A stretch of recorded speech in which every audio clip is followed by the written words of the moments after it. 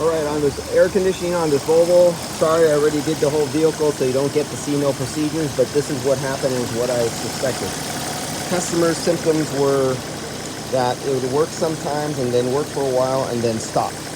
And then not come back on for a long time. I didn't get all the information, but it sounded like excessive clutch gap or something electrical breaking down on a sensor or a relay or something.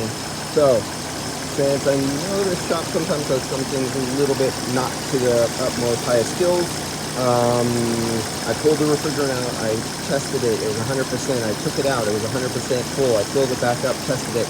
Finally, after 20 minutes of running, the clutch kicked out, did not kick back in. And when I started hearing the clutch move the first time before it didn't kick back in, it did 2 cycles.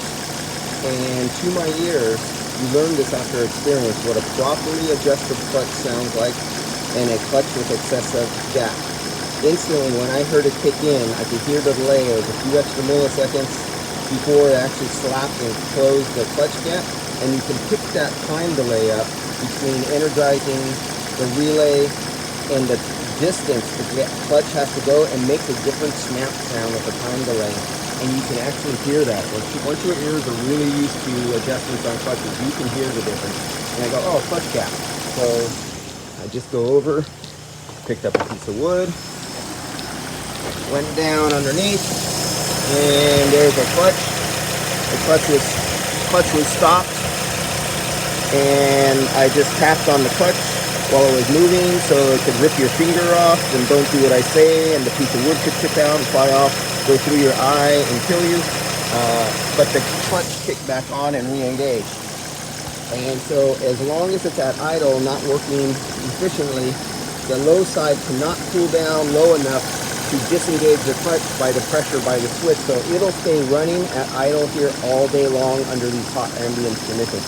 As soon as you give it some RPMs and the compressor spins faster, the low side pressure goes down, the contacts open on the clutch switch, it tells the relay to open up, it opens the relay and the clutch shuts off.